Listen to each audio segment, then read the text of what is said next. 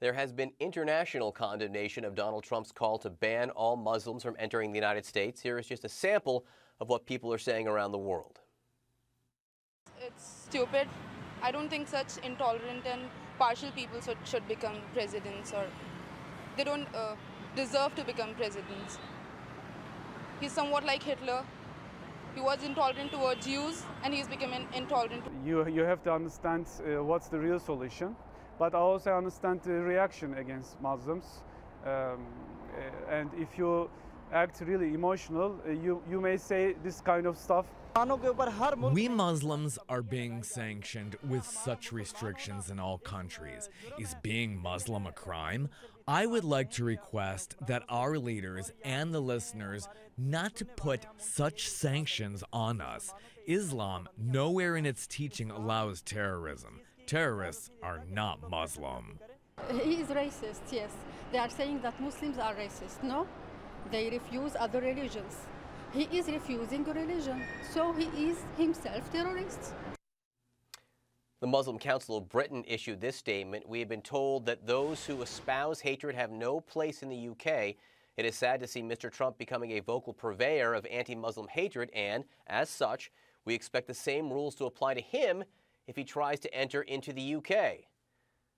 To discuss this, let's bring in Frida Giedis. She is the CNN.com contributor and world affairs columnist for the Miami Herald and World Politics Review. So, Frida, what are Donald Trump's remarks doing to the image of the United States and its political process? The presidential race is something people watch around the world.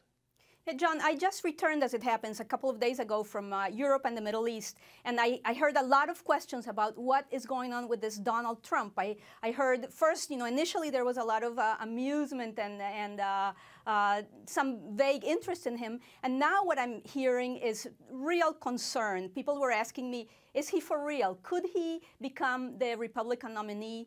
Could he become president of the United States? And the question for a lot of people is, how many people really believe in the United States? How many people support the views of Donald Trump? People want to know, that in the Middle East, people who are more liberal want to know if the United States is still the country that they can look up to. It's still a country that embraces diversity and pluralism. Is it a country that has a model that they can aspire to? And Donald Trump, with his statements, is really going against that.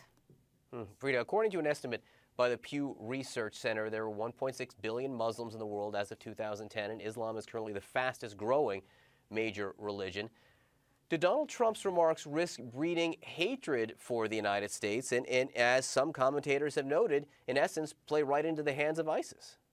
It's true that they do, and if people are really paying attention to what's happening in the United States, they will perhaps look at more than the statements from Donald Trump and listen also to the really widespread condemnation that his remarks have received from across the political spectrum.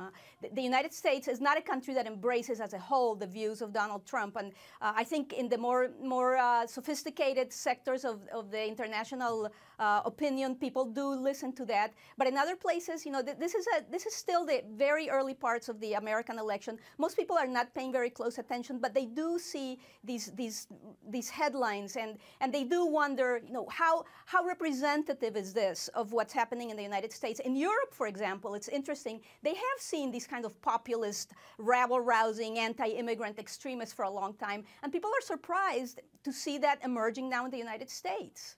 It's interesting. I've spoken to people in embassies, officials in embassies during U.S. presidential elections, and they always place a bet, essentially. They always just decide who they think is going to win very early on. I'm wondering if in foreign countries, especially Muslim nations, if they think that Donald Trump might win. I think some people wonder about that. I don't think they're very, very deeply involved in what's happening with the elections yet. There are some names that they have heard, like Hillary Clinton, and now, of course, Trump is getting a lot of name recognition around the world. First, he did in Latin America. They started paying attention to him, and the people who have been following this early stages of the American election, they have seen this serial offense that Trump has been causing. In Latin America, the name Trump is a dirty word by now. So he's going through the different groups. And some people see that this is part of his political game plan. But only now it's becoming a big part of the source, the focus of attention in Arab countries and Muslim countries. And there is a lot of concern.